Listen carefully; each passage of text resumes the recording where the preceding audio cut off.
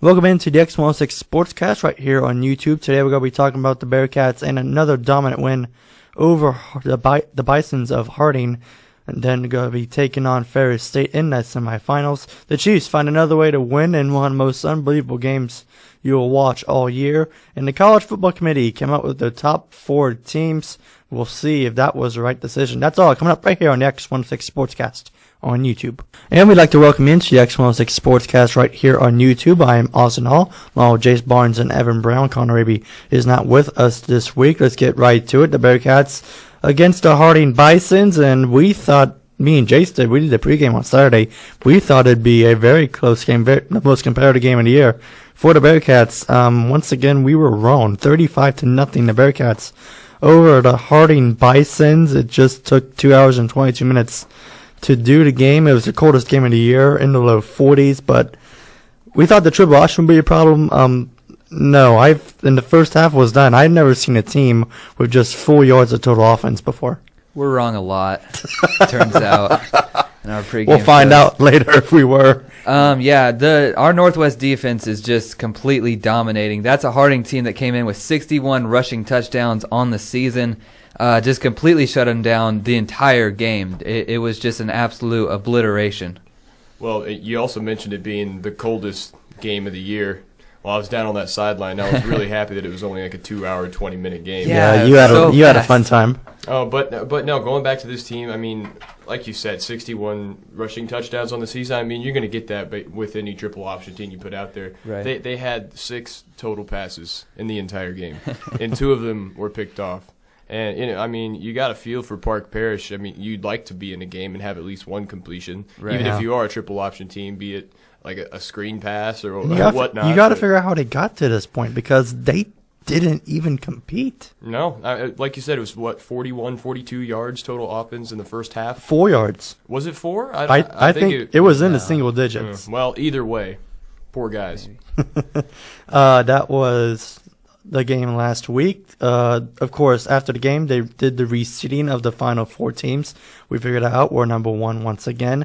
We're going to host Ferris State at Bearcat Field this coming Saturday. It'll be at 2:30. It'll be live on ESPN3.com. So if you're not at the stadium, just go on your computer, get in your info, and boom, you have the Bearcat game right there on your computer. Let's look ahead to Ferris State. If we win this game, we'll be playing once again in the national championship game that will take place at Children's Mercy Park. That one will be on ESPN2 the following Saturday. What should we look for in this Ferris State team?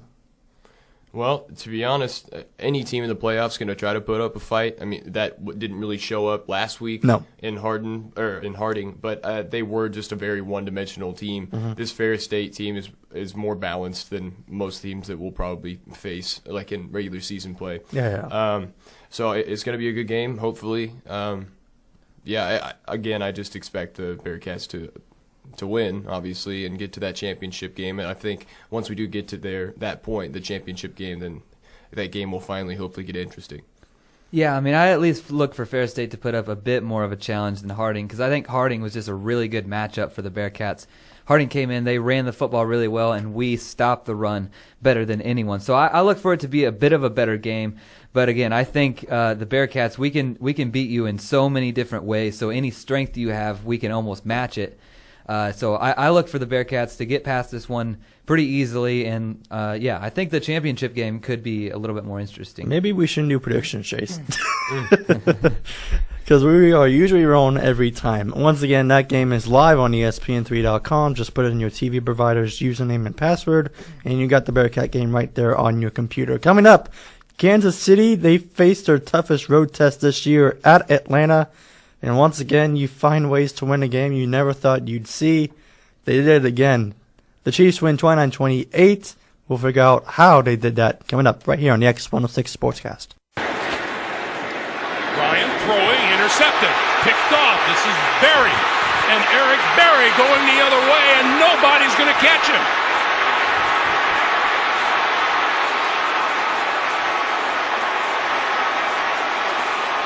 Two on the board for the Kansas City Chiefs. Oh. What a change for the Atlanta Falcons. They take the lead. They decide to go for two and try and make it a 3-point game. Eric Berry with a 37-yard interception earlier for a touchdown now brings this back for two. And the Chiefs, instead of being down, lead it by one. That was Greg Gumbel and the former Chiefs quarterback Trent Green on the call for CBS, and Eric Berry. We've known this for a while, but he's kind of a stud. 29-28, the Chiefs win on a return 2-point conversion at the end of the game. You heard Trent Green say Atlanta just scored a touchdown. They're already up by one. They just decided to go for two, and that didn't work for them. Matt Ryan on today was 22 for 34, 297, a touchdown and a pick. And Alex Smith, he was amazing. Only 4 incompletions, 270 and a touchdown. Andy Reid just let him loose, and these are the results as the Chiefs go to 9-3. Currently, right now, Oakland is destroying Buffalo with 2 to go. 38-24. Looks like Thursday night it will be a matchup for the number 1 seed in the AFC West. I'm excited. I really am.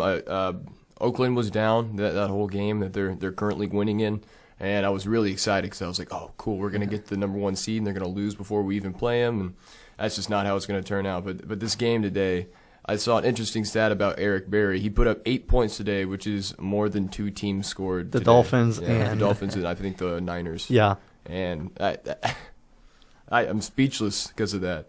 Eric Berry is finally emerging as just someone who can just make so many different plays and just take over a game.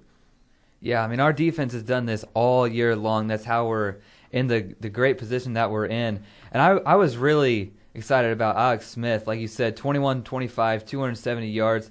And whenever you have a game like that, you see what these weapons can do. Travis Kelce, 8 receptions, 140 yards. Tyreek Hill. I mean, we have the ability to put up some points. And alongside this defense, I mean, this is just a really, really exciting team. And Eric Berry also returned a pick 6 about 5 minutes earlier before that one. That was amazing game. We are now going to look onto Oakland and Raider Week. This is a week that never gets old. December 8th on NBC National Television, the only game on that night. The Raiders are going to be 10-2. The Chiefs are going to be 9-3 going into this game, and it's at Arrowhead.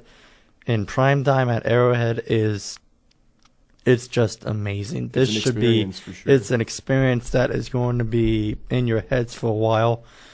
This should be one of, I said it for the Bronco game, but this game should be even better than the Bronco game because Derek Carr has been amazing this year. Mm-hmm. It's a Game of the Year candidate in my book. Yeah, I was going to say, I think it's the Game of the Year. This is definitely, I think we're the best 2 teams in this division, no doubt. And this is it. I think the winner of this game will win the division. And this has been the best division in football, bar Absolutely. none. You have the Raiders at 9-3, 9-2 right now. The Chiefs at 9-3. The Broncos, who won against Jacksonville earlier today, they are 8-4. 3 teams from the AFC. Well, I'm not even gonna talk about the Chargers. Just forget that. 3 teams in the AFC West are gonna be in the playoffs, guys. That's never been heard before. Well, it's not a. It's a not sure thing yet, but it's a very good possibility that 3 teams from the AFC West. I mean, the AFC West. I remember when the Chiefs were going 4-12 and 5-11, and that was Oakland a good year was a dumpster us. fire. Oh yeah, Oakland was a dumpster fire, and it was always the Chargers and the Broncos up ahead of us. But tables have switched, and I like where I'm sitting. Sure, all of us do. All right, coming up, the top 4 have been released for the college football playoff. Conference championships, they do not matter anymore. Apparently, we'll discuss more next on the X106 Sportscast. Back here on the X106 Sportscast, the top 4 teams for the college football playoffs have been confirmed. And we are going to have a lively discussion because during the break, me and Evan got onto it. And we are going to continue that right now. Number 1 is Alabama, of course. Mm-hmm. They destroyed Florida in the SEC championship game. Respective Vern Lundquist, his last game at CBS. Need to mention that as well. He's been fantastic. Number 2 is Clemson. They won the ACC championship over Virginia Tech in a relatively close game. And Clemson pulled away late. Number 3, Ohio State. It starts with an O. Ohio State, they were idle. They didn't go to the Big Ten championship game. That was reserved for the number 5 team, Penn State. They beat a very solid Wisconsin team with a huge comeback at the end of the game. At number 4, Washington, they won the Pac-12 championship over a resurging Colorado team. Basically, plain and simple, was this the right decision? It was the absolute 100% correct decision. Ohio State's been one of the best teams all year. Obviously, Alabama's going to get in there. I was actually kind of surprised that Clemson and Ohio State flip-flopped. And Washington definitely deserved to be in there. But I don't Penn State beat Ohio State at the Big House. I don't care, man. They lost by 39 to Michigan. Half of the players were out. Half of their players were out. Their quarterback was out. I don't know. I think Ohio State's going to beat Clemson and Ohio State and Alabama in the championship. Obviously, Alabama's going to win. Like, it's not going to matter who gets into these 2, 3, and 4 spots because we know that Alabama's just going to steamroll every opponent. This is probably yes. But I mean, it is fun to say like, oh, if this team got in here, they might have beat this team. But once you get up to Alabama, it's like David versus Goliath. Like, there's Alabama, then there's trash. Say what? There's Alabama in the SEC, then the rest is just trash. And I'm a Mizzou fan, I can admit that. But let's talk about Washington real quick because they're not known to be in this position. No. You look at their strength of schedule out of conference, it's garbage. It is complete garbage. The only team they had any doubt in the committee mind was USC, and the USC wasn't even good when they beat Washington. I'm looking at this. The Pac-12 champions, let's not get that cleared away. They deserve to be Pac-12 champions. They played a really good and resurging Colorado team.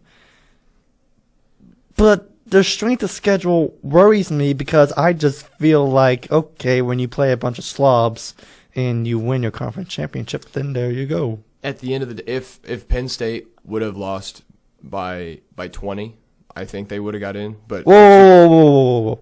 20 to Michigan? Yes, if they would have lost by 20 or less. Why would 12 points make a difference? A blowout, a 39-point blowout. 20 is a blowout, isn't it? That's a big number. If you're on that committee and you're sitting in there and you're debating over Penn State and Washington, a 39-point loss to Michigan, who was one of the best teams in the country at the time. But like James Franklin said, when you have already struggled, they can forgive you for that. They beat a very good Wisconsin team.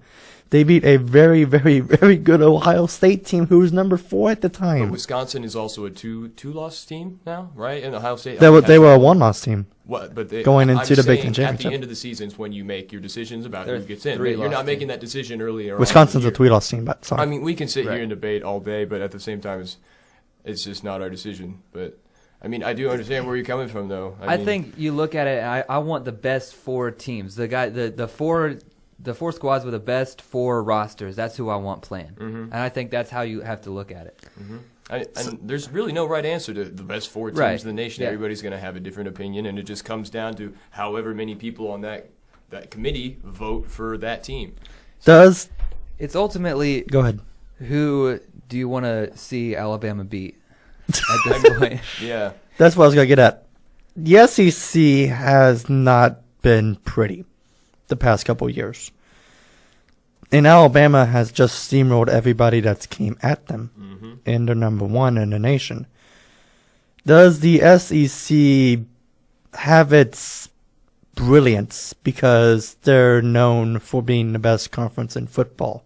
That's kind of shifting now with the Big Ten. I agree to an extent. I like you said, like 2, 3, 4, 5 years ago, they were at the pinnacle of college football. And I think they are still at that pinnacle just because of Alabama. LSU had really big expectations coming into the year. We all know they imploded.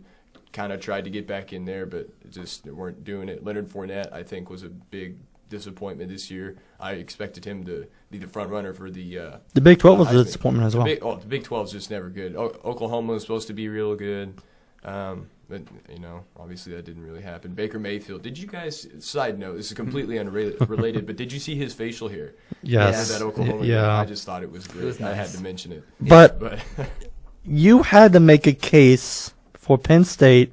You had a case. You had a brilliant case for Penn State, Michigan, even though they were idle this week.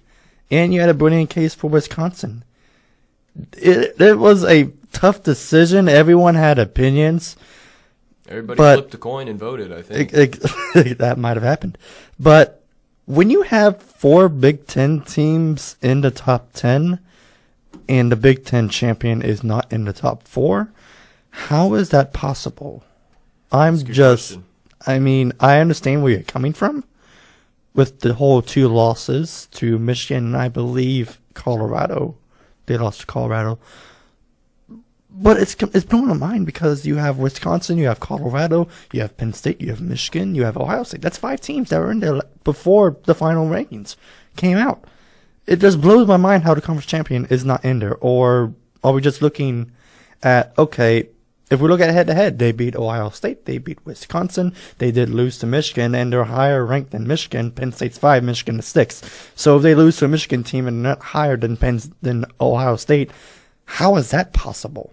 And somehow Wisconsin is in there by playing no one the first 16. It's all up to how the committee interprets their wins and their losses. That's ultimately what it comes down to. If you were on the committee, you could have made your case for Penn State until you were out of breath. But you weren't. Unfortunately, none of us are, and so our input doesn't matter. But if you're sitting there Saturday night, you're watching the first half of that Wisconsin-Penn State game. Mm-hmm.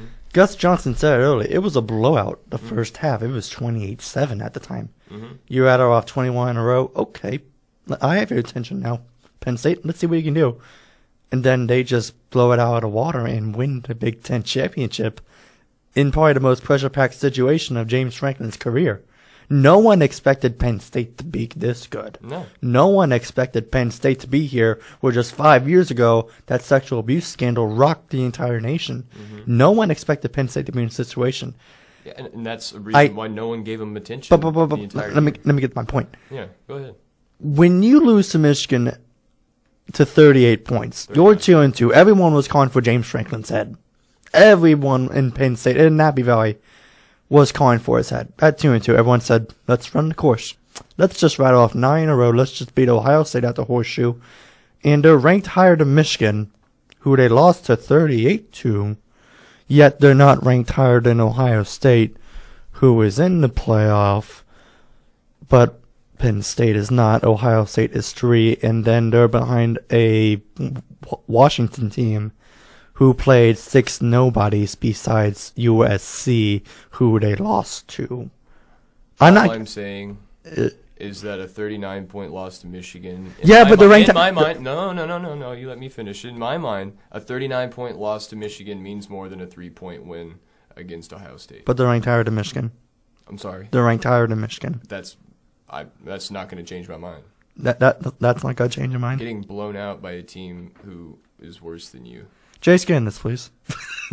Yeah, I mean, I think I'm a little bit more on Evan's side on this one. I think a 39-point loss, it does mean a lot more because Michigan's a good team, but there's just no way that you can. I don't think I can defend that. But Penn State was down to the 7th linebacker who've never played linebacker before. They were down a quarterback. They were down a running back. They were down a wide receiver. Well, everybody was with adversity, and what's the Chiefs' mentality? Next man up. You can't just say, I've never done this. I'm not giving them an excuse. They got. You kind of are though. Yeah. It was the injury bug. Okay, they were 2-2. When you got off 9 straight in a tough. This is the best conference in college football. The Big Ten's the best conference. Yeah. How is the conference champion not in if the Pac-12 championship champion is in? Adversity. That sucks. It sucks for them, and I feel bad for them. I wish that college football was like an actual playoff. That's what I was going to get to. That's what I was going to get to in this last minute. Should we expand it to 8? I want to expand it to 16. Oh Jesus! I would love to see that. I'd love to see that. So a bowl game every week. Number 1 team gets a bye. It would be so fun. You know how cool that would be to be like the Super Bowl. I think eventually it will be. I think that's the next step. I think this was just kind of an original thing just to kind of see how it went, and I think it's gone incredibly well. Mm-hmm. Let's get to another point. Should the conference champion have an automatic in? I think not with 4 teams. I think once you get to expanding it to 8, 16, I think then you can do that. But with 4, I want the best 4 teams. Mm-hmm. What if there was 6? There's just not enough slots for a conference champion to get in. Let me point this out there. What if there were 8 teams in the college football playoff, hypothetically? That'd be awesome. Yeah. The top 5, there's 5 major conferences in college football. Mm-hmm. And then there's 3 at-large bids. Yep. would that be okay with you guys? If let's just say Penn State was 8-4 and they somehow won the Big Ten, would you be okay for an automatic qualifier who is 8-4, got in the playoff, and let's just say Washington, who lost the Pac-12 championship game, is 10-1, to Colorado, who is automatically in, and Washington does not get in? Would you be okay with that? I don't know. I mean, is it still the eight team? 8 teams, 5 automatic qualifiers, 3 at-large bids. I don't know. It'd be interesting. I'd have to see how everything played out. That's a hard decision for me to make. But I mean, if it was that 8-team playoff spot, I mean, I'm just looking at it now: Alabama, Clemson, Ohio State, Washington. Obviously, say the 4 are solidified. What's 5 through 8? Then you could toss in Penn State, Michigan, maybe Oklahoma gets in there, Wisconsin. So it'd be Wisconsin against Alabama. It would be, who was 7? Oklahoma. Oklahoma against Clemson. It would be Michigan against Ohio State, and it'd be Washington against Penn State. Would you watch that playoff? Sounds fun to me, yeah. Absolutely. That's a whole day dedicated to football. Who's 9-10? It's USC and Colorado. Okay, let's just get to that. USC's been the hottest team in the second half. By far. They had their struggles early. There was even talk about them getting in the playoff, and they were a 3-loss team. Should we look at the records per se, or should we look at the level of play that they are in right now? I think it's fine what it is. The quality of the win, the severity of the losses. I mean, the strength of schedule. I think it's good how it is. I would agree. Yeah, I mean, I think. You can go with a bit of a combination, but I think quality of your win, how tough your schedule is, I think that should all be a factor. All right. It'll be Alabama against Washington, and it will be Clemson hosting Ohio State, both at a neutral field, and then the winner of that game will be playing for the national championship. It's still on New Year's Eve. I don't like that. They still play on New Year's Eve for the college football playoff. That just doesn't make sense, does it? Makes tomorrow's party more fun. That's for sure. So we have an interesting playoff. The Chiefs with another huge win. It is Raider Week right now. It's officially Raider Week. They just destroyed Buffalo, I believe, 38-24. So the Raiders are now 10-2. The Chiefs are now 9-3. And Thursday night Arrowhead's going to be very, very fun. And the Bearcats get to host Ferris State for an interesting semifinal. You can watch that on ESPN3.com. Just log in with your TV service provider, and you are all done. That is it for the X106 Sportscast right here on YouTube. Be sure to give this video a like, subscribe to our page, and go follow us. For Jase Barnes, Evan Brown, and Austin Hall, this has been the X106 Sportscast right here on YouTube. Have a good day, everybody.